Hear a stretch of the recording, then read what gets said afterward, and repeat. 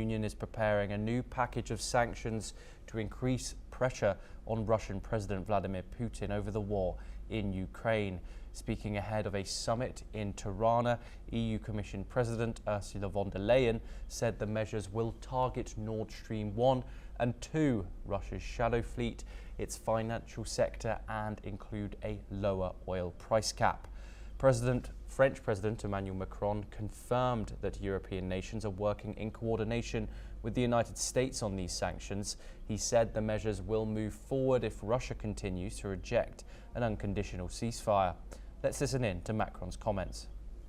Aujourd'hui, ce qui reste d'actualité, c'est la seule proposition concrète qui a été faite, celle d'un cessez-le-feu inconditionnel. Nous continuons par ailleurs de préparer des nouvelles sanctions en coordination avec les États-Unis d'Amérique au cas où ceux-ci ne trouveraient pas une réponse positive. The push for stronger action comes as Russia and Ukraine held their first direct peace talks in over 3 years, a meeting in Istanbul that lasted less than 2 hours. The two sides agreed to a massive prisoner exchange, 1,000 soldiers each, but failed to reach any agreement on a ceasefire. Let's listen in to what Ukrainian officials had to say. Our first priority was people, and that's why we negotiated to free 1,000 people, and we reached to a conclusion, reach to an agreement to exchange 1,000 people. It is important achievement, and that once again shows that we are focused to finalize. The fact that one of the results of today's discussion is a possible exchange of 1,000 against 1,000 persons is an excellent news, potentially excellent news for 1,000 probably families in Ukraine. And if only for that result, we had to go here guided by Allah. Ukrainian President Volodymyr Zelensky urged Western allies to impose tougher sanctions if Moscow refuses to halt the fighting. NATO and UK leaders also criticised Putin for sending low-level delegations to the talks, calling it a sign he is not serious about peace. Ukraine's delegation said a temporary ceasefire is a first step towards peace, but the Kremlin has yet to agree to that condition.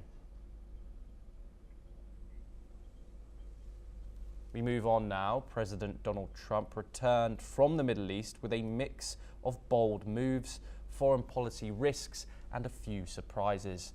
In a major shift, Trump announced the US would drop sanctions against Syria, but later on in the week, Secretary of State Marco Rubio clarified the move starts with a temporary waiver. Permanent repeal would need Congress. Meanwhile, Trump failed to get Russian President Vladimir Putin to Istanbul for the Ukraine peace talks. Trump, who had teased attending himself, was left dangling. Talks ended without a breakthrough. Trump claims Putin is ready to negotiate, but also blames Ukraine's Zelensky for being too rigid. Trump, in an exclusive interview to Fox News, talked about Zelensky and said that he doesn't have the cards to win. He also warned that if no deal is made, the US will impose crushing sanctions on Moscow. Let's listen in to what he had to say. Well, I will. If I do, honestly, I will. If we're not going to make a deal, we're going to see whether or not this is Turkey time. You know, this is now we're talking Turkey, and we'll see what happens. That would be crushing for Russia because they're having a hard time now with the economy. I have a very good relationship with Putin. I think we'll make a deal.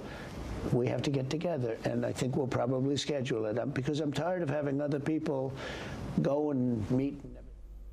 And on the trade end of the spectrum, Trump said India is ready to eliminate tariffs on US goods, but downplayed the urgency of a formal deal. Let's listen in to what he said. Yeah, once, you know, they're one of the highest taxed or tariff nations in the world. They make it almost impossible to do business. Do you know that they're willing to cut 100% of their tariffs for the United States because of what I did? Is that deal coming soon? Yeah, that'll come soon.